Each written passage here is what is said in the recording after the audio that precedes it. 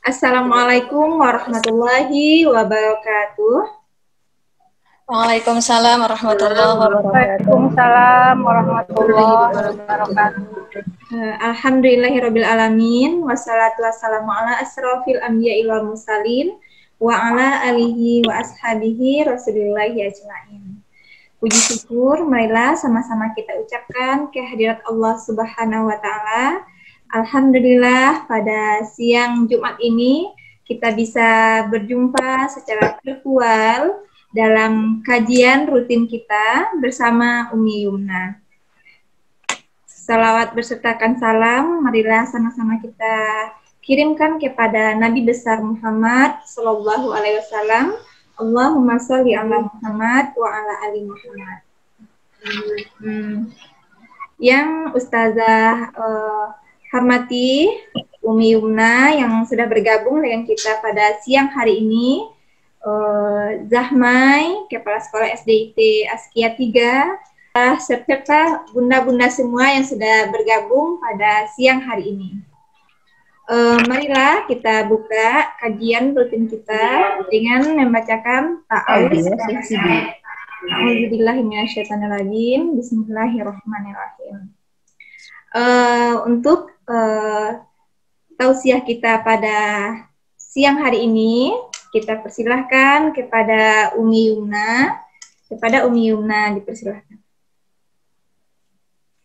Ya, langsung ya saya. Iya, langsung. Baik. Ya. Bismillah. Assalamualaikum warahmatullahi wabarakatuh. Waalaikumsalam warahmatullahi wabarakatuh. Alhamdulillahi rabbil alamin. Wabihi nasta'in ala dunya waddin. Wassalatu wassalamu ala ashrafil anbiya'i wal mursalin. Sayyidina wa maulana Muhammad wa ala alihi wa sahbihi ajma'in. Ustazah Nurmaini, Zahma yang sama-sama kita sayangi. Kemudian para ustazah juga ya dari SDIT Askia yang sama-sama kita sayangi. Dan yang teristimewa juga bunda-bunda, mama-mama, umi-umi, semua wali murid SDIT Askia. Mudah-mudahan kita semua senantiasa dalam lindungan Allah Subhanahu wa taala, senantiasa mendapatkan curahan rahmat dari Allah Subhanahu wa taala. Baik, bunda-bunda sekalian dan para ustazah yang berbahagia, insya Allah pada kesempatan kali ini Umi Yumna ingin mengajak kita semua mentadaburi. Insya Allah ini bermanfaat baik yang sudah menikah maupun yang belum menikah. Tadabur kita surat An-Nisa, surat yang keempat ayat 34. Ya, silakan yang ada mushaf di samping kanan, kiri, depan, belakang silakan diambil.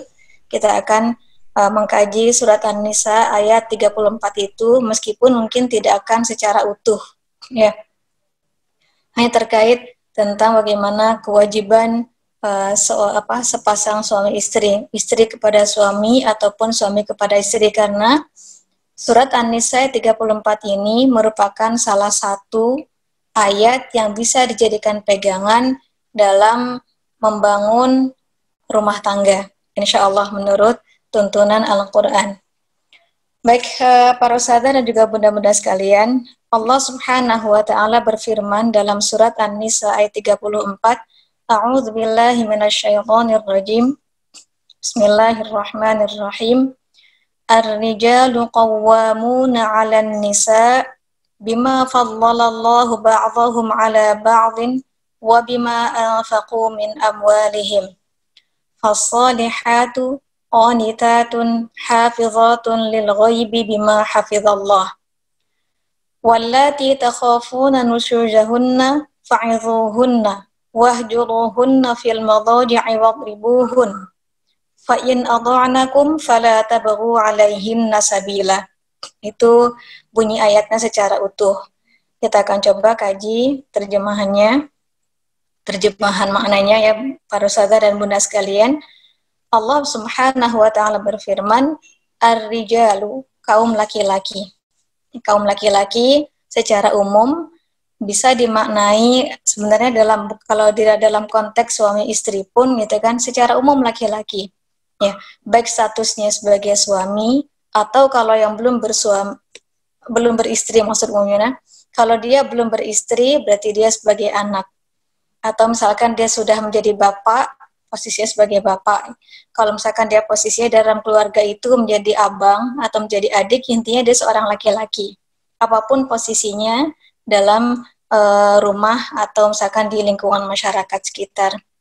Ar-rijalu, kaum laki-laki itu, qawwamuna 'alan nisa, menjadi qawwam.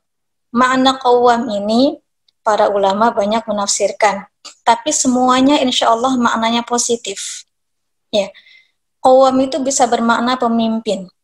Pemimpin juga pelindung. Bisa bermakna juga pemimpin, pelindung, pengayom. Yang jelas makna qawwam itu semuanya maknanya positif.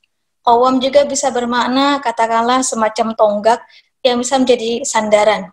Ya, kalau misalkan seseorang berdiri lelah setelah berjalan jauh atau misalkan setelah upacara gitu kan lama berdiri, dia akan mencari tiang, itu bisa qawwam itu bisa semacam itu, sekedar tonggak untuk menjadi tempat kita bersandar.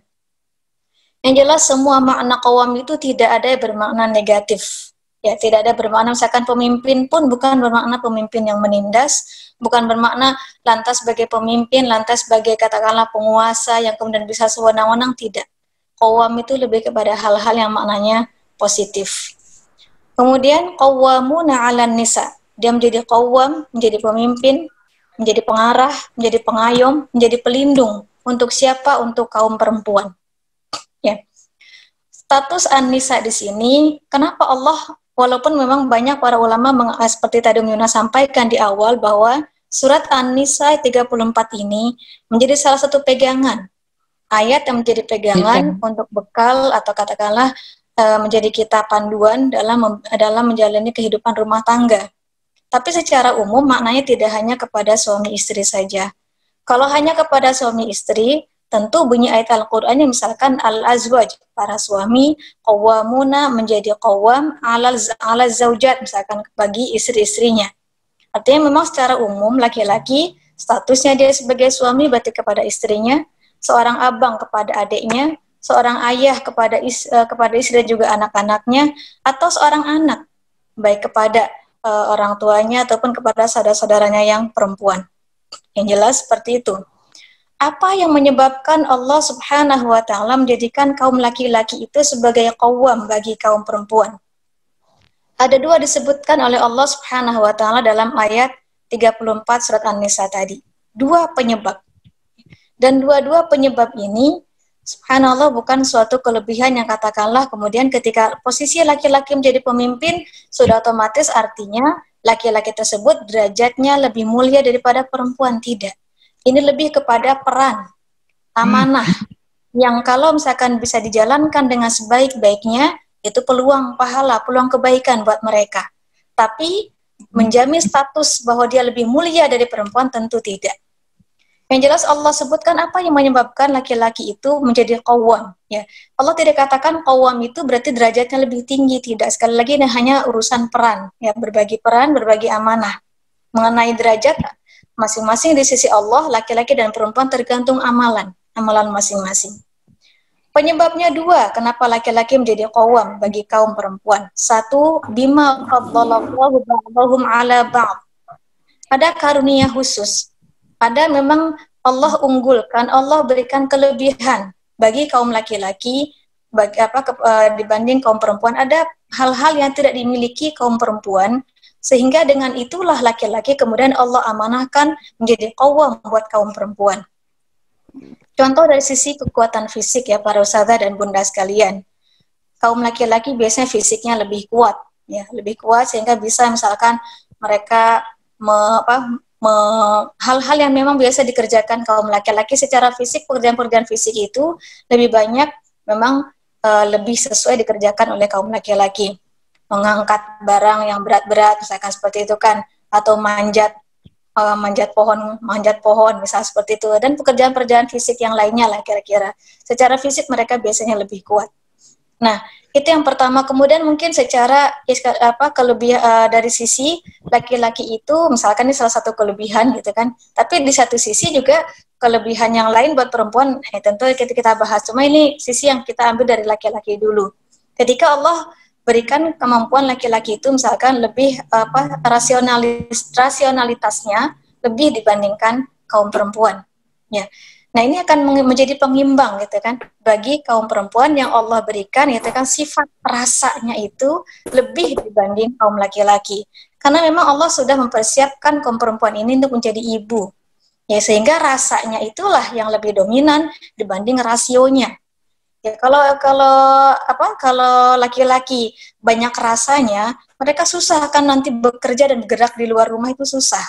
Sementara kalau perempuan juga gitu kan banyak rasionya, ya anak-anak yang masih butuh belayan seorang ibu gitu kan. Mungkin nanti akan berpikir gitu kan, ya anak apa sih misalkan kayak itu ditimbang-timbang dari sisi rasio terus gitu kan. Tapi kalau sudah rasa yang berbicara, kasih sayang yang akan ada. Anak yang masih butuh belayan, anak yang masih butuh sentuhan gitu kan. Dengan sepenuh perasaan ibu siap mendampingi mereka. Nggak berpikir, nih anak maunya dikasih, terus kapan bisa memberi kepada saya gitu kan. Dia kita beri apa yang biasa dia berikan kepada kita. Tidak ada cara berpikir seperti itu tidak akan pernah ada karena rasa sayang yang lebih dominan. Nah, yang jelas itu diantara dua kelebihan gitu kan. Tapi sekali lagi ini bukan berarti kelebihan yang menunjukkan bahwa derajatnya di sisi Allah lebih mulia, tidak. Tapi kembali kepada apakah dengan kelebihan yang semacam itu Allah berikan kepada kaum laki-laki, mereka bisa menjalankan amanah sebagai qawam itu dengan sebaik-baiknya. Kemudian kelebihan yang kedua yang Allah berikan, kenapa kemudian kaum laki-laki menjadi qawam untuk kaum perempuan, bukan kelebihan, maksudnya penyebab ya.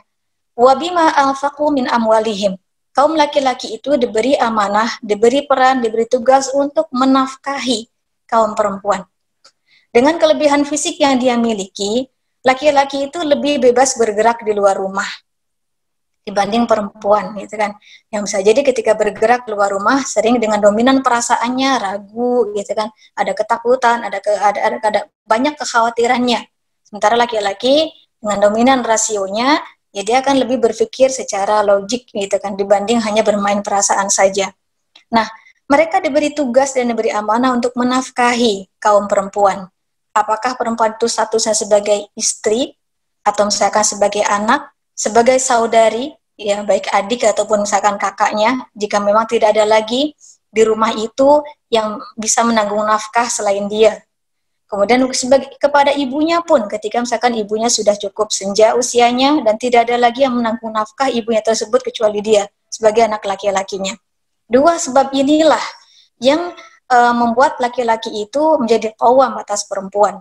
Ya, ada kelebihan tertentu dan itu memang tidak ada kaitannya dengan usaha kita atau misalkan dengan ikhtiar kita, itu murni karunia dari Allah Subhanahu wa taala ketika laki-laki fisiknya dibuat misalkan oleh Allah lebih kuat dan hal-hal yang membuat laki-laki itu lebih rasionya lebih unggul atau lebih banyak dibandingkan perempuan yang dominan perasaannya. Kemudian yang kedua itu tadi karena mereka punya kewajiban memberi nafkah. Dan ini yang akan membuat mereka menjadi qawam. Pertanyaannya adalah, jika laki-laki atau katakanlah dalam hubungan suami istri, laki-laki itu atau suami saya, misalkan atau siapalah gitu kan, suami tidak memberikan nafkah, ya, entah itu karena ya satu dan lain hal, mungkin di kondisi pandemi sekarang ini yang tadinya punya pekerjaan, kemudian kehilangan pekerjaannya sementara istrinya yang lebih lincah bergerak sehingga yang dulunya tulang punggung keluarga itu adalah suami sehingga sekarang menjadi istri tulang punggung keluarga. Apakah itu sudah serta-merta menghilangkan qawam dari laki-laki atau dari suami untuk istrinya? Para ulama menjawab tidak.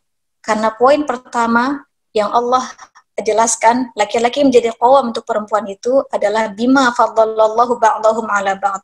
Ini juga menitik beratkan bahwa kaum laki-laki ketika misalkan di suatu waktu peran pemberi nafkah di keluarga itu ada pergantian, bukan ada pergantian, misalkan ya ada kondisi yang akhirnya dia sebagai laki-laki belum bisa maksimal memberi nafkah atau malah tidak sama sekali memberi nafkah, memang nafkah diambil oleh istri, jangan lupa dia tetap qawam di situ. Ya, dia tetap harus menjalankan peran-peran kepemimpinannya, sehingga ya dia tetap harus berpikir bagaimana dia menjadi tetap pemimpin, pengarah, pelindung keluarganya, meskipun gitu kan di beberapa saat dia belum bisa menjalankan peran nafkahnya. Tapi dia mesti berpikir satu saat kelak dia tidak boleh bergantung kepada istrinya, karena yang lebih berkewajiban memberi nafkah itu adalah suami. Bagi misalkan suami yang istrinya pun bekerja, bukan berarti gitu kan tugas memberi nafkah sudah selesai gitu kan, istri saya kan punya uang, tidak. Istrimu bekerja atas izinmu bukan berarti gitu kan tugas nafkahnya selesai. Bagi suami yang paham gitu kan, meskipun istrinya bekerja, nafkah ya tetap harus diberikan kepada istri. Umi, ibu, atau bunda itu kan, ini uang belanja bulan ini. Oh, enggak apa-apa ayah, itu kan bunda sudah bisa memenuhi semua kebutuhan rumah dari misalkan penghasilan bunda. Enggak seperti itu. Tetap kebutuhan rumah tangga itu tanggung jawab suami. Uang istri gimana gitu kan? Kalau istri memang siap berbagi dalam keuangan rumah tangga, enggak jadi masalah juga. Tapi yang paling utama tetap di tangan suami. Suami jangan lupa juga gitu kan, jangan mentang-mentang istrinya sudah bekerja kemudian lupa bagaimana istrinya juga sekali-kali perlu dibeliin baju gitu kan. Wa 'alal mauludi lahu rizquhunna wa kiswatuhunna. Subhanallah, dalam surat Al-Baqarah itu disebut kewajiban seorang ayah, seorang suami itu diantaranya memberi rizquhunna. Di situ diartikan pangan, makan itu pangan ya kebutuhan makanannya, minumannya. Wa kiswatuhunna, secara spesifik Allah juga sebutkan pakaiannya. Pakaiannya itu tetap menjadi kewajiban suami meskipun istri bekerja, ya. Dan itu yang sering kadangkala para suami lupa gitu kan. Nah di sini nggak apa-apa, mungkin para suami tidak hadir, nggak enak ya para bunda mengingatkan suami-suami dalam hal ini. Tapi mudah-mudahan kita doakan semua suami-suami dari bunda-bunda semua, para ustazah semua, insya Allah punya pemahaman semacam ini. Baik, berikutnya itu yang sudah bagian laki-laki ya bunda ya. Berikutnya Allah katakan fassalihatu qanitatun hafizatun lil ghaibi bima hafizallah. Fassalihat, bunda, para ustazah sekalian, kata-kata as-salihat itu dalam Al-Qur'an banyak. Ya enggak? Innalladzina amanu wa 'amilus shalihat. Kemudian apalagi illalladzina amanu wa 'amilus shalihat. Sering kata-kata amanu, iman itu digandeng dengan kata-kata 'amilus shalihat. Atau ada juga kata-kata misalkan ayat Al-Quran wal baqiyatus shalihat. Jadi kata-kata as-shalihat itu dalam Al-Quran banyak, lebih dari 10 setahu Yumna. Banyak disebutkan, tapi sependek pengetahuan Yumna, yang bermakna kata-kata as-shalihat yang bermakna wanita-wanita yang sholihah, perempuan-perempuan yang sholihah itu hanya di surat An-Nisa ayat 34 ini. Jadi yang lain, di ayat-ayat yang lain maknanya apa Yumna? Maknanya lebih kepada amal soleh. Ya. Innalladzina amanu wa 'amilus shalihat. Sesungguhnya orang-orang yang beriman dan beramal soleh. Wal baqiyatus sholihatu juga amalan-amalan soleh yang akan kekal. Yang akan memberikan pahala yang insya Allah terus mengalir setelah kita meninggal dunia.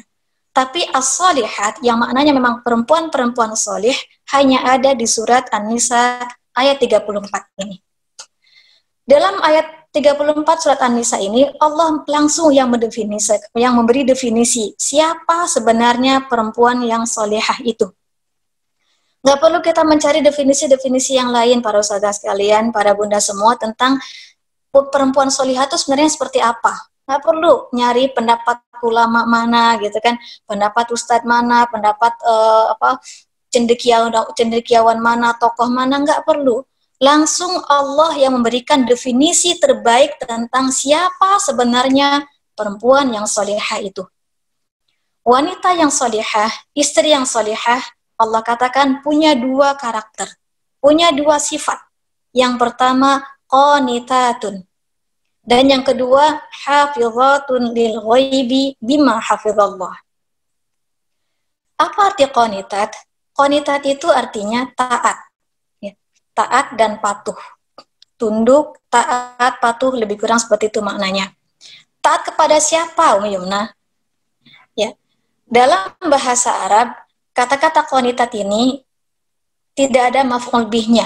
Atau kalau dalam bahasa Indonesia, dia tidak ada objeknya. Taat kepada siapa? Kan tadi pertanyaannya seperti itu kan. Taat dan patuh kepada siapa, Muimna? Tidak ada objeknya. Tapi secara umum, yang pertama tentu istri solihah itu dikatakan solihah, tentu yang pertama dia punya sifat dan karakter muslimah. Kalau non-muslim, ya tentu kita tidak akan mungkin mengatakan dia, misalkan orang Kristen itu solihah loh, misalkan nggak mungkin. Solihah itu syarat pertama disebut solihahnya tentu adalah dia seorang muslimah, orang yang beriman kepada Allah Subhanahu wa taala. Berarti qanitat itu dia taat dan patuh kepada siapa? Yang pertama tentu patuh taat kepada Allah Subhanahu wa taala. Itu yang paling pertama sekali. Makanya para ulama kemudian mengatakan kunci pertama awal keharmonisan dalam rumah tangga itu ketika seorang istri punya sifat qanitat ini. Ya. Satu, qanitat itu maknanya taat kepada Allah. Yang kedua, taat kepada suaminya selagi perintah suaminya, selagi permintaan suaminya itu tidak menyalahi, tidak bertentangan dengan syariat Allah Subhanahu wa taala. Ya, ini awal keharmonisan. Karena seorang istri tidak hanya dituntut taat kepada Allah, tapi kemudian dia tidak taat kepada suaminya. Suaminya pulang dari kerja. Assalamualaikum. Waalaikumsalam. Istrinya lagi asik tilawah. Padahal subhanallah ibadah terbaik saat itu bunda ya para ustazah sekalian ketika suami datang bukan tilawah. Ibadah terbaik saat suami datang adalah Waalaikumsalam ayah, simpan dulu mushaf kalau memang kita saat itu sedang tilawah. Sambut suami kita dengan senyuman terbaik. Kemudian berikan misalkan secangkir teh, secangkir atau misalkan ya segelas air putih saja. Intinya sambut. Jangan misalkan suami datang langsung duduk di sofa, Bun, tolong ambil air putih Bun, sebentar ayah, tanggung, ini satu berapa lembar lagi, satu jus, misalkan seperti itu. Tidak, itu bukan ibadah terbaik saat itu. Ibadah terbaik saat itu adalah ya taat dan patuh kepada Allah, tapi sesuai dengan waktunya. Ya.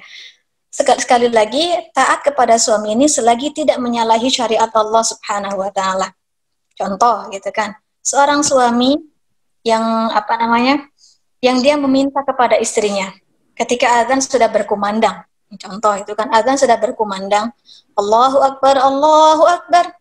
Kemudian suaminya bilang, "Ma, Bun, sholat dulu," misal seperti itu kan. Terus istrinya bilang, "Tanggung, sebentar lagi makan siang, nanti terlambat nih, belum selesai masakan." Misalkan seperti itu kan. Perintah suami itu kira-kira bertentangan nggak dengan syariat? Tanpa suami memerintah pun sebenarnya kan ketika begitu azan berkumandang memang idealnya kita segera memenuhi panggilan Allah itu. Subhanallah 10-20 menit yang nggak nyampe, kayaknya sholatnya 20 menit nggak pun sekhusyuk-khusyuknya, atau mungkin ya kalau misalkan ada di antara kita yang sholatnya memang ya baca surat yang panjang-panjang itu kan, dan kondisi seperti itu Allah juga nggak meminta kok kita harus memang berlama-lama. Ada hal yang prioritas. Karena dalam agama kita harus seimbang dalam segala hal gitu. Kalau memang kondisinya kita lagi sibuk masak, nggak apa-apa sholat, ya nggak apa-apa pakai surat andalan, Al-Ikhlas, Al-Kautsar, nggak jadi masalah, gitu kan? Nggak apa-apa. Jadi 10 menit misalkan paling lama, udah selesai sholat balik lagi. Tapi Yumna gitu, nggak enak sholat dalam kondisi bau bawang, misalkan seperti itu. Subhanallah, Allah Maha tahu kondisi kita. Segera laksanakan sholat. Nah, permintaan suami itu kan, Bunda, sholat dulu. Tanggung ayah, itu kan sebentar lagi kan papa mertua, misalkan papa orang tua suami kita mau datang, belum selesai nih beres-beresnya. Kata suami, sholat dulu. Nah, kalau memang suami meminta kita sholat dulu, sementara sholat itu kan bukan perintah yang menyalahi agama kita, bismillah. Kita akan mendapatkan 2 pahala ketika kita taat kepada suami itu. Pahala taat memenuhi panggilan Allah di awal waktu, dan pahala karena kita mentaati suami saat itu. Ini kan tidak bertentangan dengan syariat. Jadi nggak usah gitu kan, sholat dulu tanggung gitu kan, ini sebentar lagi ngepel selesai, nyapu rumah selesai, seperti itu. Ya. Kecuali misalkan memang ada hal-hal yang perintah suami itu katakanlah ya di luar kemampuan kita, nggak lazim gitu kan. Perintahnya nggak lazim. Contoh, ini contoh mungkin agak berlebihan contoh dari Muimna ini, tapi ini seandainya gitu kan. Bun, atau misalkan, Umi, Ma, Papa mau bikin rendang, tolong panjatkan pohon kelapa, tolong ambilkan kelapa, panjat pohon kelapa, ambilkan barang 1-2 butir kelapa, misal, gitu kan. Ini nggak wajar, ini nggak dalam tradisi kita, dalam kebiasaan masyarakat pun yang biasanya manjat pohon itu bukan perempuan, laki-laki gitu kan. Dan memang secara fisik ya perempuan tidak kemampuannya tidak diarahkan untuk semacam itu gitu kan. Justru ya dia yang bikin rendangnya, suaminya yang manjat pohon kelapa. Mungkin itu yang lebih yang lebih masuk, yang bisa diterima secara logika kita dan juga kebiasaan yang ada di masyarakat kita. Dalam kondisi seperti itu, ketika misalkan istrinya tidak taat pun gitu kan, ya insya Allah itu di luar kemampuan dia gitu kan, tidak akan berdosa seandainya memang istri tidak taat kepada suami pada atau dalam hal-hal yang dia memang tidak punya kesanggupan dalam hal itu. Tapi selama perintah, bahkan mungkin kalau itu kan hal yang mubah ya, hal yang diperbolehkan. Jika memang istri sanggup memenuhi permintaan suami yang tadi itu, memanjat pohon kelapa gitu kan, metikin pohon kelapa, ya insya Allah dapat pahala. Jika tidak pun insya Allah itu karena memang itu di luar kemampuan istri, dia tidak akan berdosa. Tapi yang ketiga, yang tadi kan memang hal yang ketaatan ya, kemudian yang ini hal yang mubah. Nah kalau yang ketiga ini misalkan memang suami meminta istri untuk melakukan hal yang Allah larang. Ini ketika memang suami memerintahkan istri melakukan sesuatu yang Allah larang, istri tidak patuh, insya Allah tidak akan berdosa, malah justru kalau diikuti permintaan suami, dia akan berdosa. Tidak patuhnya seorang istri kepada perintah suami dalam hal yang melanggar syariat, justru itu akan berbuah pahala. Jadi itu ya, Bunda dan para saudara sekalian, poin yang pertama kata Allah dalam mendefinisikan seorang perempuan atau istri yang salihah adalah dia qanitat. Taat kepada Allah, patuh kepada suaminya. Ini, kata para ulama, awal keharmonisan di rumah tangga, berawal ketika seorang istri selalu taat kepada Allah Subhanahu wa Ta'ala dan selalu berusaha mematuhi perintah suaminya selagi semuanya dalam dalam bingkai yang tidak keluar dari syariat Allah Subhanahu wa Ta'ala. Yang kedua, ketika Allah mendefinisikan istri yang solehah dengan kata-kata hafizatun lil ghaibi bima hafizallah. Dia mampu menjaga perkara yang gaib, atau dalam para ulama kemudian menjelaskan dia mampu menjaga ketika suaminya tidak ada. Menjaga apa?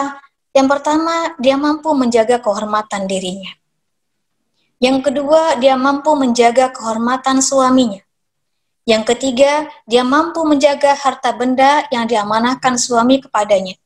Yang keempat, dia mampu menjaga anak-anak yang menjadi memang anak-anak dia dan suaminya.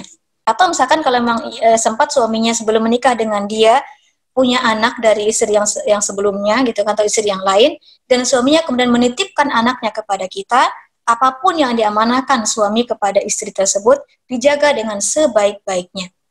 Ya.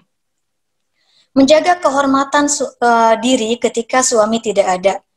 Para ustazah yang masih belum menikah gitu kan, dulu mungkin sering gitu mendapat wejangan dari sesepuh kita, orang-orang tua kita, nak jaga diri baik-baik, kamu tuh masih gadis. Pernah dengar kata-kata kayak gitu dari orang tua kita misalkan ya, kamu tuh masih gadis, anak gadis, jaga diri, jangan suka pulang malam, misalkan seperti itu, jangan apalah gitu kan, hal-hal yang kira-kira memang dipesankan betul oleh para tetua kita. Nah, para ustazah dan bunda sekalian, bagi Ummu Yumna gitu, menjaga diri itu tidak hanya urusan apakah seorang perempuan itu sudah menikah atau belum. Justru ketika dia sudah menikah, dia juga tetap harus menjaga dirinya, menjaga kehormatannya. Lebih spesifik lagi, kalau misalkan kita mau bicara lebih spesifik, menjaga kemaluannya. Nah, alhamdulillah misalnya kalau sampai itu terlanggar gitu kan. Jadi pada umumnya menjaga kehormatan diri. Bahkan Rasulullah Shallallahu Alaihi Wasallam dalam salah satu hadis yang menceritakan tentang istri yang perempuan yang bisa masuk surga dari pintu manapun yang dia kehendaki, artinya ada jaminan masuk surga. Rasulullah Shallallahu Alaihi Wasallam menjelaskan, "Idza shallatil mar'atu khamsaha," ketika seorang perempuan melaksanakan sholat 5 waktu dengan baik. Nggak ditambah sholat-sholat yang lain, bunda. Nggak ditambah sholat-sholat yang lain, ustazah. Nggak ada dia sholat sunnah rawatib itu enggak. Bahkan sholat misalkan seumur hidup. Seumur hidup memang kerjanya hanya sholat 5 waktu saja. Jadi makanya nih jangan meremehkan ya. Misalkan kita punya orang tua yang dia tuh hanya memang sholat 5 waktu aja. Mungkin ya ilmunya baru seperti itu. Tapi dia selalu jaga nih. selalu jaga gitu, sholat 5 waktu selalu di awal waktu. Begitu adzan berkumandang, bismillah langsung ke kamar mandi, ambil wudhu, gelar sejadah, pasang mukena, Allahu Akbar. Kemudian apalagi wasomar syahroha, puasa itu hanya di bulan Ramadan saja, nggak pernah puasa sunnah seumur hidupnya, nggak pernah puasa sunnah walaupun sekali. Tapi kemudian apa kata Rasulullah? Wa hafizat farjaha, atau dalam redaksi yang lain wa hassonat farjaha. Dia mampu menjaga kehormatan dirinya, mampu menjaga kemaluannya, gitu kan, secara apa kalau kita mau spesifikkan seperti itu. Kehormatan dirinya dia jaga. Ini artinya baik yang sudah menikah ataupun yang belum menikah. Tentu kalau yang sudah menikah ada pengecualian illa ala azwajihim, kecuali kepada pasangan-pasangan yang halal bagi mereka. Dan yang keempat, wa ata'at zaujaha, taat kepada suaminya. Apa kata Rasulullah jika 4 hal ini dilakukan oleh seorang perempuan yang sudah menikah, atau kalau yang belum menikah 3 hal saja, sholat 5 waktu oke, puasa Ramadan oke, menjaga kehormatan diri oke, nggak pakai amalan yang lain. Misalnya seandainya gitu kan, apa kata Rasulullah? Qila laha, akan dikatakan kepada perempuan tersebut, udkhulil jannah, silakan masuk surga, min ayyi abwabin syi'ti, dari pintu manapun yang kamu mau. Subhanallah, pintu surga para ulama mengatakan ada 8. Silakan mau dari mau dari pintu yang manapun, semuanya terbuka untukmu. Artinya peluang masuk surga itu ada, terbuka untuk dia. Nah, kita kembali, memang masalah menjaga diri tadi tidak hanya berlaku untuk yang belum menikah, yang sudah menikah terlebih lagi, kecuali tentu kepada suaminya ya. Kalau sama suaminya jangan pakai jaim bunda ya. Kepada suami-suami kita tuh jangan pakai jaim, jangan pakai jahor. Maksudnya jaim itu jaga image, atau jahor tuh jaga kehormatan gitu kan, nggak apa-apa. Bahkan ya siapapun kalau sudah kalau sama suami istri, para ustadzah gitu ya, kalau udah pulang ke rumah sama suaminya, ya jadi istri, jangan jadi ustadzah ya. Jangan ceramahin suami gitu kan, ayah begini, jangan. Ya.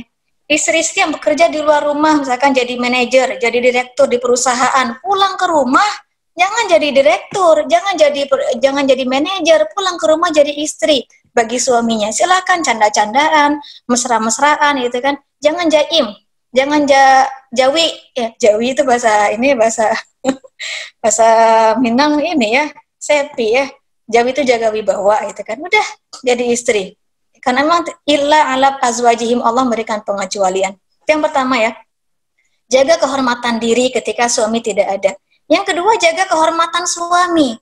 Jaga kehormatan suami dengan cara seperti apa? Sebisa mungkin kita jaga kehormatan suami itu dengan cara yang tidak mengumbar aib suami gitu kan. Suami lagi nggak ada, pergi misalkan keluar kota selama berapa hari gitu. Datang famili kita dari kampung, atau orang tua kita dari kampung, curhatlah kita habis-habisan. Ya nih bu, ya nih Uni gitu kan, ya nih kak, suami saya itu begini. Subhanallah. Susah senang kita bersama suami, apalagi yang susah-susahnya rahasia suaminya gitu kan. Sebisa mungkin gitu kan, udah keep.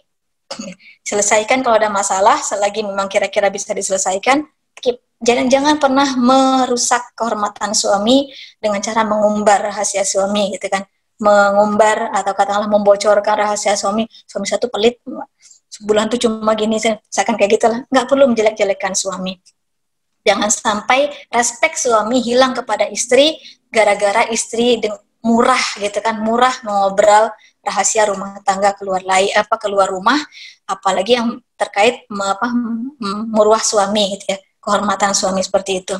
Udah kita kondisikan apa yang ada di rumah itu sebisa mungkin, sebaik-baiknya. Bahkan mungkin istri kalau bisa itu memperlihatkan seolah-olah memang suami itu segala-galanya gitu kan, padahal belum memberikan segala-galanya.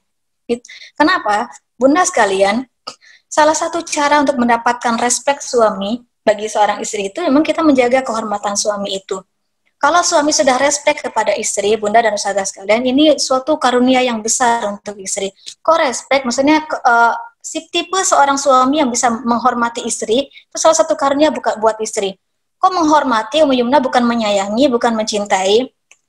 Begini, seorang laki-laki itu ketika dia tipenya adalah tipe laki-laki atau tipe suami yang menghormati istrinya, maka kalau dari istrinya dia dapati hal-hal yang menyenangkan hatinya, misalkan si istri memasak masakan yang ternyata emang suami itu suka gitu kan masakan itu. Atau misalkan istrinya itu mendekor rumah, membuat suasana rumah yang itu membuat suami itu suka, misal gitu kan. Atau berperilaku atau apalah melakukan hal-hal kejutan-kejutan sederhana yang jelas itu semua menyenangkan si suami, maka hormatnya itu akan berbonus cinta dan sayang.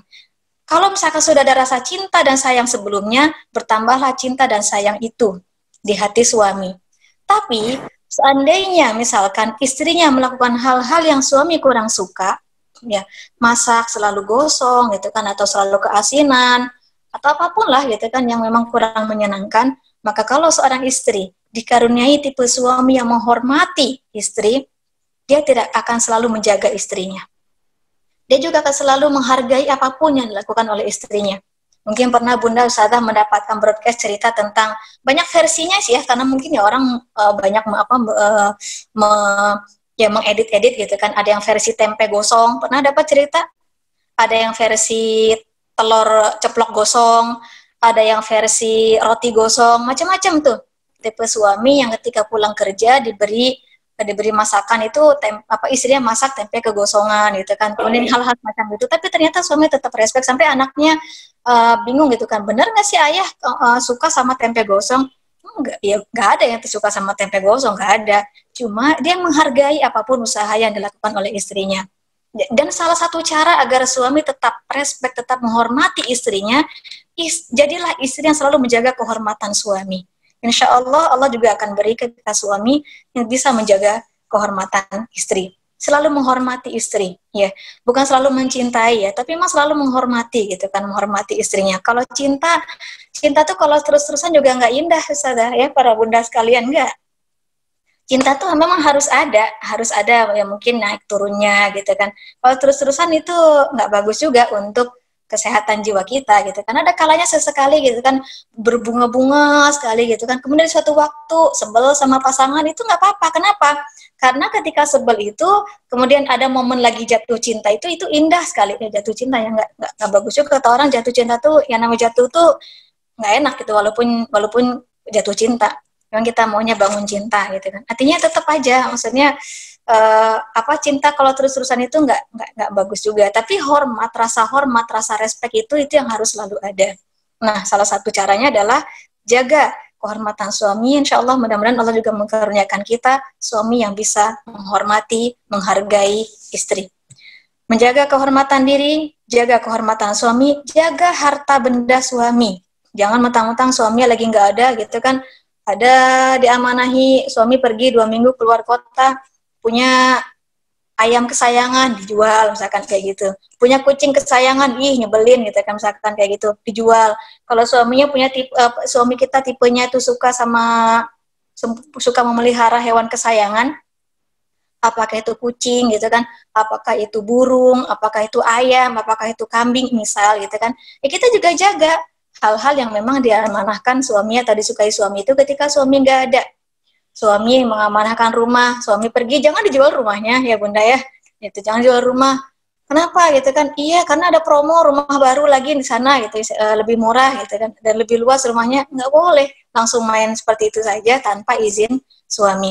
Apa yang diamanahkan kepada kita, kita jaga dengan sebaik-baiknya. Anak-anak, baik anak kandung kita bersama suami atau memang anak suami, ya seperti tadi Bunda sampaikan, dari istri yang lain ya, dari pasangan sebelumnya gitu kan, pasangan sebelumnya Bunda ya, atau pasangan yang lain lah kalau memang ada gitu kan, diamanahkan ke kita juga jaga gitu. Perlakukan anak suami sama seperti hanya kita memperlakukan anak kita sendiri. Itu semuanya adalah amanah. Kemudian berikutnya adalah jaga perasaan suami. Jaga perasaan suami ini baik ketika suami ada maupun suami tidak ada ya. Kenapa disebut masuk ke dalam poin jaga perasaan suami? Sementara kan ini pembahasannya hafizatun lil ghaibi, menjaga sesuatu yang tak nampak. Karena perasaan juga tidak nampak ya, Bunda kan para ustadzah. Perasaan itu sesuatu yang tidak nampak, ada dalam hati masing-masing orang. Karena itu juga dijaga. Ya jangan kita taat sama suami, Bun, tolong masakin Indomie rebus pakai telur ya Bun. Ayah pengen makan itu misalkan seperti itu. Iya sih dibikinin tapi manyun terus itu kan sepanjang mulai dari masak nyalain kompor, menjerang air, memotong bungkus Indomie, nyeplok telurnya gitu kan semuanya dengan manyun, disajikan juga dengan manyun gitu kan. Jaga juga perasaan suami, patuh, cuma kalau sambil manyun kan nggak indah juga ya Bunda ya. Seperti itu. Nah, di antara menjaga perasaan suami ini juga dengan cara apa? Berlaku lemah lembut Bunda. Perempuan itu subhanallah makhluk halus kata orang ya, makhluk halus. Ya perasaannya karena perasaannya dominan sehingga ya halus. Maka diharapkan juga perempuan itu yaitu tadi halus tutur katanya, halus juga tingkah lakunya. Dan ini salah satu yang akan membuat suami suka kepada kita. Nah, kalau Rasulullah Shallallahu Alaihi Wasallam pernah bersabda tentang karakter istri yang solehah gitu kan, Rasulullah pernah bersabda dalam salah satu hadisnya, ala ukhbirukum bi khairi ma yaknizul mar'u. Maukah kata Rasulullah aku beritahu harta karun terbaik yang dimiliki oleh seseorang? Oh, iya kan? Pasti kita pengen tahu. Dan biasanya orang kalau berpikir harta karun yang terbayang itu emas, yang emas batangan, punya sekian kilo misalkan kayak gitu, punya perhiasan, punya berlian, punya rumah yang kayak gimana di kawasan yang mungkin mahal gitu kan, punya tanah berhektar-hektar, punya segala macam. Orang kebayang seperti itu kalau disebut harta karun, harta duniawi. Tapi kata Rasulullah, harta karun terbaik, harta terbaik yang dimiliki oleh seseorang itu adalah almar'atus sholihah, istri yang sholihah.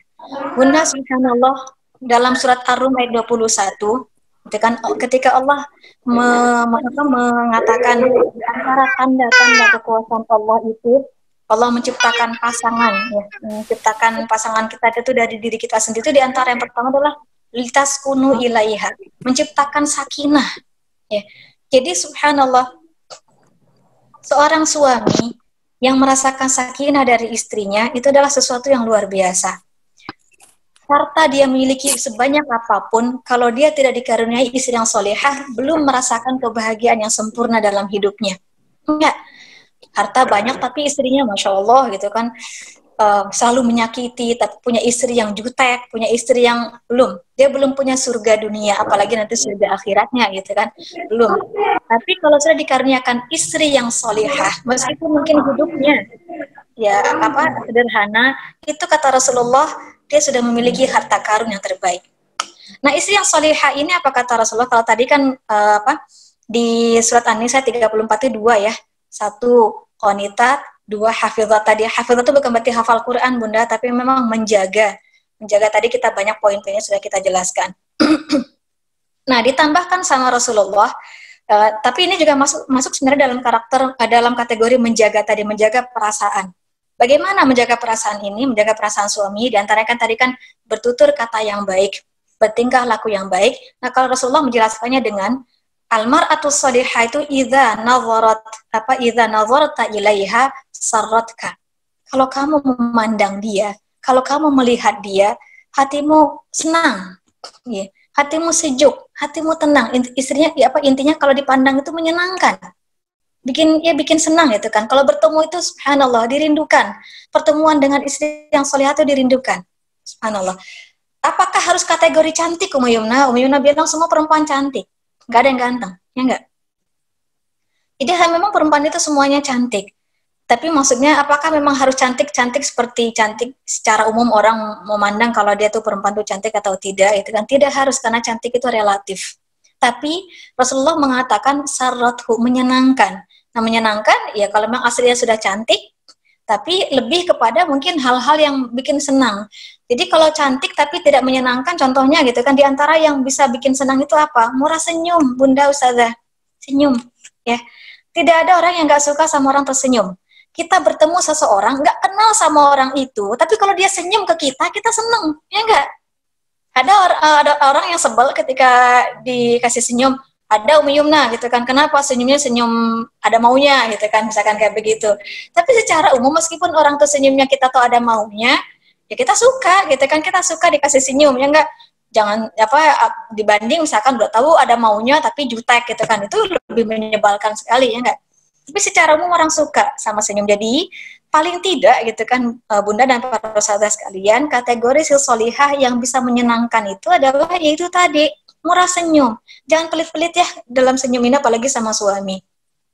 Selelah apapun para ustazah keluar kerja di luar, bunda sekalian misalkan yang di rumah pun itu kan mengkondisikan rumah, mengurus anak-anak, datang suami dari luar, berikan senyum yang terbaik. Kita yang menyenangkan, sehingga memang betul-betul suami dulu yang memang bilang dia pulang dari kantornya, yang kebayang adalah senyum istrinya menyenangkan gitu kan. Buru pulang gitu kan, enggak apa-apa. Kenapa dia buru-buru pulang? Karena dia sudah kebayang gitu kan, sambutan istrinya, senyuman istrinya, subhanallah. Itu yang akan selalu dirindukan para bapak-bapak, para suami-suami yang memang bekerja di luar rumah. Nah ini diantara bagaimana cara menyenangkan itu, ya berikan senyum gitu kan. Jadi kalau sudah di rumah pun senyum aja, senyum terus gitu kan, senyum, pokoknya indah lah gitu kan. Jadi sehingga suami bisa bercerita misalkan keluar gitu kan, apa sih gitu yang bikin betah bapak di rumah gitu kan.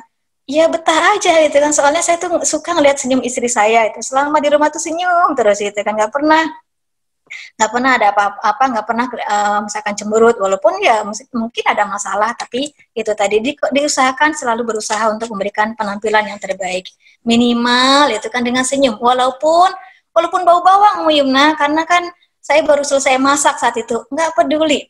Suami yang akan pertama kali dilihat, laki-laki itu akan pertama kali dilihat itu kan dari jauh, itu kan pandangan ya gitu kan, senyum pertama kali itu kalau sudah kena itu kan, kesan pertama yang menggoda itu, nggak akan peduli bau bawang, bau cabai, bau jahe, bau kunyit, itu urusan belakangan. Insya Allah akan banyak pemakluman suami ketika sudah diwakili dengan senyum yang pertama kali itu. Nah kemudian menjaga itu diantara menjaga perasaan ya Bunda ya. Penampilan minimal jaga senyum, jaga kata-kata kita, intonasi suara ya, jangan sampai tinggi. Ya, jangan sampai tinggi-tinggi sekali, ya, melebihi intonasi suara suami. Suami ngomong, istri ya usahakan tidak melebihi intonasi suara suami. Kemudian ya, tutur kata dibuat selembut mungkin. Bu Yuna dulu pernah dengar, beberapa waktu lalu pernah mendengar gitu kan, di Minang ini tradisinya gitu kan, mungkin beberapa waktu dulu gitu, seorang istri itu memang memberikan panggilan yang terbaik, sehingga jangankan manggil nama gitu kan, manggil ayah atau bunda atau apa gitu kan, manggilnya itu tuanku, betul nggak para ustadzah dan juga bunda-bunda sekalian? Yang jelas Yuna pernah mendengar cerita dan juga melihat tentang ini kayaknya semacam cerita, mungkin cerita tradisional kali ya, kisah tradisional tentang Sabai dan Alwi, Bunda para ustadzah. Di situ dikisahkan, ibunya Sabai itu manggil ayahnya, nggak pernah misalkan manggil ayah, atau misalkan pak, atau udah gitu kan, enggak. Tapi memang panggilannya tuh subhanallah menunjukkan memang etika istri di ranah Minang tuh seperti itu, manggilnya tuh tuanku, gitu kan, tuanku, subhanallah, memang dalam penghormatan yang luar biasa kepada suami. Ya tentu hal-hal semacam ini kalau tradisi yang baik bisa juga nggak apa-apa dilestarikan. Tapi tentu bukan berarti ini bentuk penindasan dari suami kepada istri. Intinya adalah bagaimana tutur kata kita tuh sesopan mungkin, sehalus mungkin kepada pasangan kita. Ya, dari sisi tutur kata. Kemudian dari sisi tingkah laku, ya, kelembutan kita ya, subhanallah, perempuan dalam makhluk halus kata orang gitu kan, maka sebaiknya memang kita juga selalu berusaha bertingkah laku lemah lembut. Rasulullah SAW bersabda, Innallaha rafiq, sesungguhnya Allah itu maha lembut. Yuhibbur rifqa, Allah mencintai dan menyukai kelembutan. Wa yu'ti 'ala rifqi ma la yu'ti 'alal 'unf. Allah akan memberikan keberkahan, kebaikan gitu kan, dari atau misalkan apalah gitu kan, intinya hal-hal yang baik, hal-hal positif dari sikap lembut yang kita lakukan dibanding misalkan Allah tidak akan berikan itu kepada sikap kalau seseorang itu bersikap kasar. Mungkin bahkan dalam hadis yang lain Rasulullah mengatakan mazadar rifqu ala syai'in illa zanah, atau inna rifqa la yakunu fi syai'in illa zanah. Sesungguhnya sikap lembut itu ketika dia ada pada sesuatu, dia akan membuat sesuatu itu jadi baik, jadi indah. Nah, makanya ketika sikap lemah lembut ada pada diri seseorang, khususnya seorang istri itu akan tampak indah, akan tampak sangat menarik. Dan disitulah nanti ada poin yang Rasulullah katakan, idza nazarta ilaiha sarratka. Ketika dipandang menyenangkan. Kenapa? Itu tadi kelemah lembutannya yang akan membuat seseorang perempuan tampak lebih menarik dan juga lebih mempesona. Wala yunza'u min syai'in illa syanah. Kalau sikap lemah lembut sudah tercerabut, sudah hilang dari sesuatu, khususnya dari seorang perempuan, illa syanah. Apa ya? Nggak menyenangkan gitu kan, tidak akan menyenangkan, tidak akan menyejukkan, tidak akan nampak indah lagi kalau sikap kelembutan itu sudah hilang dari diri seorang perempuan. Makanya subhanallah para bunda sekalian, ustazah sekalian gitu kan, kelembutan kita dalam bertutur kata, dalam bertingkah laku, minimal selalu berusaha gitu kan, bibir ini mengembangkan senyum di hadapan suami dalam kondisi apapun. Ini salah satu karakter istri solihah yang Allah katakan yang mampu menjaga, termasuk menjaga perasaan suami tadi. Hafizatun lil ghaibi bima hafizallah. Banyak poin-poin yang dimaksud dengan menjaga tadi, termasuk menjaga perasaan suami. Dalam kondisi apapun, kondisi ada masalah Yumna gitu kan. Bagaimana mungkin saya bisa selalu tebar senyum Yumna? Dia yang lebih mendahului gitu kan. Yang menyebalkan tuh dia gitu kan. Yang bikin masalah tuh suami saya gitu. Bukan saya, masa saya juga yang harus menebarkan senyum. Ada cerita gitu Bunda ya tentang bagaimana suami istri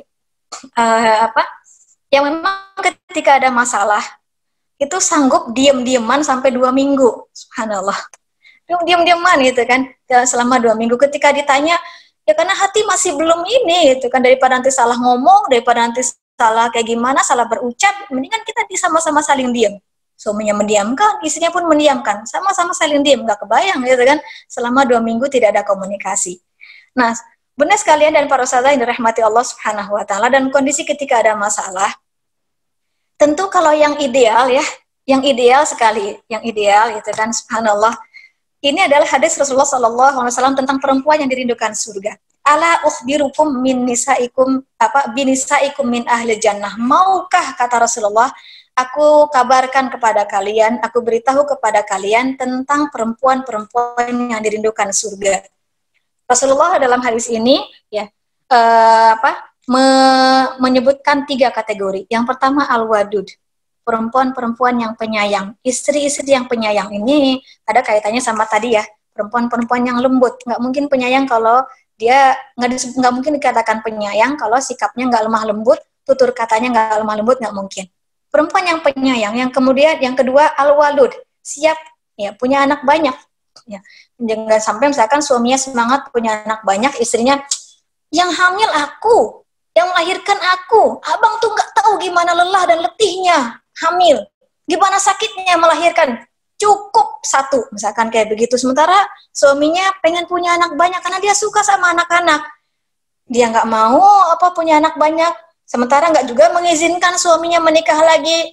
Ini susah disebut istri yang dirindukan surga ya kalau seperti itu. Kata Rasulullah, sifat yang kedua istri yang dirindukan surga itu siap untuk punya banyak anak. Apalagi jika suaminya juga mendukung gitu kan. Kenapa? Kenapa dia dirindukan surga? Hamilnya seorang perempuan, perjuangan sejak hamil sampai melahirkan itu luar biasa pahalanya. Wajar kalau disebut dengan perempuan-perempuan yang dirindukan surga, apalagi kalau ikhlas menjalani semuanya.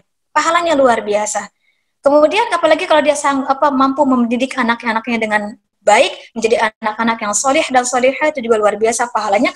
Itulah kenapa Rasulullah menyebutkan kategori kedua perempuan yang dirindukan surga yang punya banyak anak. Karena pahala ketika dia hamil, pahala melahirkan, pahala mendidik anaknya, itu luar biasa besarnya. Yang ketiga, kata Rasulullah, perempuan yang dirindukan surga itu al-a'ud ila zawjiha, cepat kembali kepada suaminya. Ketika ada masalah, baik masalah itu ditimbulkan oleh suami lebih dahulu, atau memang dia yang memang menyakiti suaminya terlebih dahulu, itu istri yang solihah adalah yang cepat datang kepada suaminya, dia hampiri suaminya, kemudian dia bilang kepada suaminya, la adzuqu ghamdhan. Suamiku yang tersayang, suamiku tercinta, atau apalah kira-kira panggilan kita kepada pasangan kita masing-masing. La adzuqu ghamdhan. Wallahi, demi Allah, wahai suamiku, wahai abang, wahai apalah gitu kan pandangan kita, tidak akan bisa malam ini misalkan mama memejamkan mata. Gak akan pulas bunda tidur malam ini. Gak mungkin bunda bisa tidur nyenyak malam ini sampai ayah benar-benar lapang hatinya gitu kan. Tidak ada yang mengganjal di hati ayah terhadap bunda. Artinya nggak pernah masalah itu dibawa tidur, nggak pernah ketika ada masalah apapun gitu kan dibawa mimpi, dibawa menginap. Nggak. Sebelum tidur, sebelum berangkat tidur diusahakan selesai semuanya. Kalau masalahnya dimulai dari sebelum tidur, ya pokoknya itu jangan pernah dibawa menginap. Nggak pernah ada. Apalagi tadi sampai 2 minggu, nggak mungkin ceritanya sampai seperti itu gitu kan. Nggak mungkin. Jadi sebisa mungkin masalah itu selesai sebelum tidur. Jadi jangan sampai dibawa tidur. Jangan sampai nanti terjadi pisah gitu kan. Suami tidur di sofa, istri tidur di mana gitu kan. Jangan sampai semacam itu. Istri yang solihah, dimanapun atau siapapun yang memulai masalah, dia akan lebih dahulu menyapa. Misal, Umi Yumna, ini saya kebiasaannya memang seperti itu gitu kan. Kalau ada masalah 2 minggu nggak tegur sapa sama suami, dan suami pun memang seperti itu, biasanya nggak tegur sapa saya selama 2 minggu. Bunda, tadi kan sudah kita sampaikan ya, kalau mau jadi istri yang dirindukan surga, di antara sifatnya adalah tidak akan pernah membiarkan masalah berlarut-larut bersama suami itu. Sebelum berangkat tidur, sebelum ya nggak masalah itu nggak pernah menginap, selesai pokoknya sebelum berangkat tidur. Kalau memang kita masih perlu berlatih karena kebiasaannya memang tadi 2 minggu diam-diaman gitu kan. Nah kita ambil lagi hadis Rasulullah Shallallahu Alaihi Wasallam. Hadis yang sahih riwayat Bukhari Muslim. Apa kata Rasulullah? La yahillu li muslimin an yahjuru akhahu musliman akhahu al muslim fawqa thalath. Tidak halal, artinya nggak boleh seorang muslim mendiamkan, nggak bertegur sapa dengan sesama saudaranya. Ini umum sebenarnya ya, hadis ini, apalagi ini suami gitu kan, sesama saudaranya. Saudara itu sesama muslim maksudnya, entah itu suami, entah itu orang tua, entah itu saudara memang saudara kandung, saudara sepupu, atau misalkan tetangga atau siapapun, diem-dieman, nggak ada komunikasi dengan saudaranya sesama muslim itu lebih dari 3 hari. Jadi kalau misalkan terkait tadi kan, kayak perlu latihan Yumna gitu kan, dari yang biasanya diam-diaman 2 minggu, kemudian langsung kayak gitu kan, nggak melalui malam kecuali sudah selesai masalah, perlu latihan, oke lah, kita pakai dikasih dispensasi, tapi kalau mau diam-diaman, ini bukan berarti resep ya Bunda ya, ini bukan berarti Yumna mengajarkan seperti ini, tapi ini dalam rangka mungkin bertahap gitu kan, kalau ada yang punya kebiasaannya memang diam-diaman gitu kan, ada apalagi sampai 2 minggu, sampai ya kalau seperti itu tadi, karena memang pernah ada ceritanya, memang diam-diaman tuh selama 2 minggu gitu kan. Nah ini kalau memang perlu latihan, bertahap, tapi jangan lebih dari 3 hari. Ya Bunda, jangan lebih dari 3 hari. Tapi ini juga berlaku bukan hanya pasangan suami istri. Ustazah, misalkan di sekolah ada kelas sedikit gitu kan, dengan misal contoh, atau dengan tetangga gitu kan. Kalau mau diam-diaman, jangan lebih dari 3 hari. Ya, jangan sampai ketika bertemu saling ya gitu kan, yang awalnya mau papasan, akhirnya yang tadinya kita mau jalan sini, pas ngelihat dari jauh si fulan di sana atau si fulana di sana, tiba-tiba belok ke sebelah kiri, misalkan kayak gitu. Hanya karena ingin menghindari berjumpa dengan orang yang hatinya, misalkan kita lagi gak enak hati sama si fulan itu. Memang kata Rasulullah seperti itu, ketemu, satu melengos ke kanan, satu lagi melengos ke kiri, nggak mau tegur sapa gitu kan, subhanallah. Nah, lebih dari 3 hari nggak boleh. Yang terbaik adalah yang lebih dahulu mengucapkan salam. Jadi siapa di antara mereka yang lebih dahulu mengucapkan salam, cuma assalamualaikum, nggak pakai yang lain ya Bunda, nggak pakai misalkan minta maaf, nggak pakai, cukup assalamualaikum saja, ya itu sudah dikatakan tidak mendiamkan, insya Allah sudah terkategori nggak mendiamkan. Jika misalkan di rumah Bunda gitu kan, di rumah ya minimal ketika misalkan hati kita masih mengganjal pun, ya nggak apa-apa, suami datang assalamualaikum aja, itu sudah cukup dikatakan tetap ada komunikasi dan tidak mendiamkan. Cukup gitu kan. Kita juga begitu sama siapa gitu kan, sama teman kita, sama tetangga kita.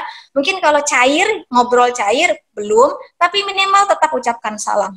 Kenapa? Kalau lebih dari 3 hari nggak ada sama sekali tegur sapa, nggak ada bahkan mungkin salam pun tidak, kata Rasulullah Shallallahu Alaihi Wasallam, Faman hajara fawqa thalathin.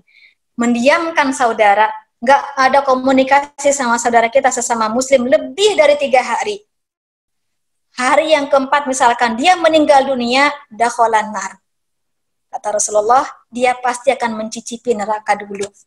Kenapa? Karena berarti dia meninggal dunia dalam kondisi membawa hati yang masih panas, hati yang masih hati yang masih kotor gitu kan. Sementara surga tidak akan dimasuki oleh orang-orang yang hatinya kotor. Bagaimana cara membersihkannya? Na'udzubillah, kalau harus mampir dulu ke dalam neraka. Jadi begitu ya Bunda dan para sahabat sekalian, kajian kita pada kesempatan kali ini menjaga perasaan suami. Kita tutup tadi itu dengan itu selalu berlemah lembut dalam bertutur kata, berlemah lembut dalam bertingkah laku, tetap senyum ketika ada masalah pun usahakan jangan pernah menginap masalah itu. Jangan pernah diam-diaman gitu kan. Minimal sekali kata Rasulullah, tetap ucapkan salam. Ya, kalaupun misalkan komunikasi kita belum secair biasanya, tapi jangan pernah betul-betul diam-diaman, melengos kanan, melengos kiri, enggak. Dan ini secara umum Bunda, tidak hanya kepada sepasang suami istri saja, dalam pergaulan kita sehari-hari pun, subhanallah, alangkah lebih baiknya kita selalu punya perasaan bersih, hati yang bersih, sehingga walaupun misalkan ada orang yang menyakiti kita, kita tetap lebih dahulu menyapa, kita tetap lebih dahulu yang memberikan kita kan komunikasi, bukan malah mendiamkan.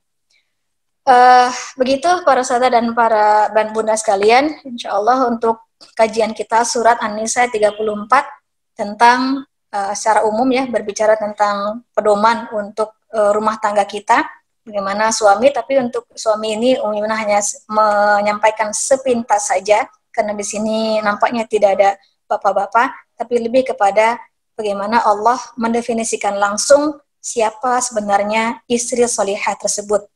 Taat kepada Allah, patuh kepada suami dalam hal apapun yang tidak melanggar syariat, dan sanggup menjaga, ya, menjaga perasaan, menjaga kehormatan diri, menjaga kehormatan suami, menjaga harta benda yang diamanahkan oleh suami, menjaga anak-anak suami, menjaga perasaan suami. Nah, tadi kita sudah coba sampaikan secara lebih rinci. Mudah-mudahan ada manfaatnya kajian kita pada hari ini. Kita mohon kepada Allah kekuatan lahir dan batin untuk selalu bisa mengamalkan ajaran-ajaran Allah Subhanahu wa taala, baik yang tertera dalam Al-Qur'an maupun yang disampaikan oleh Rasulullah sallallahu alaihi wasallam. Aqulu qauli hadza wa astaghfirullah li wa lakum. Mohon maaf atas segala yang kurang berkenan. Wassalamualaikum warahmatullahi wabarakatuh. Waalaikumsalam warahmatullahi wabarakatuh. Masya Allah, Ustazah dan bunda-bunda semuanya, kajian yang sangat bermanfaat sekali ya pada siang hari ini. Syukron Umi Yumna atas kajiannya. Kepada bunda-bunda semuanya, jika ada yang bertanya dan Ustazah, kepada Ustazah dan bunda-bunda semuanya disilahkan.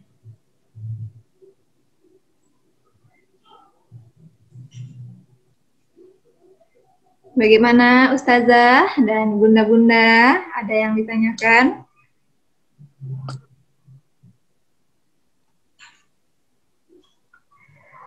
Oke, karena tidak ada yang memberikan pertanyaan pada siang hari ini, demikianlah kajian Jumat kita.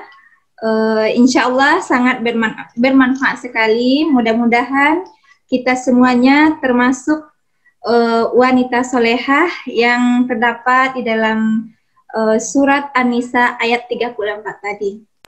Sekian, terima kasih Zaita sebagai moderator. Jika ada salah dan khilaf, Zaita mohon maaf. Marilah kita tutup kajian kita dengan doa kafaratul majelis. Subhanakallahumma bihamdik, asyhadu an la ilaha illa anta, astaghfiruka wa atubu ilaik. Oke, assalamualaikum warahmatullahi wabarakatuh. Waalaikumsalam warahmatullahi wabarakatuh. Kami semuanya Ustazah, bunda-bunda semua. Ya Umi, syukran Umi. Sama-sama Bunda saya. Dadah Mi.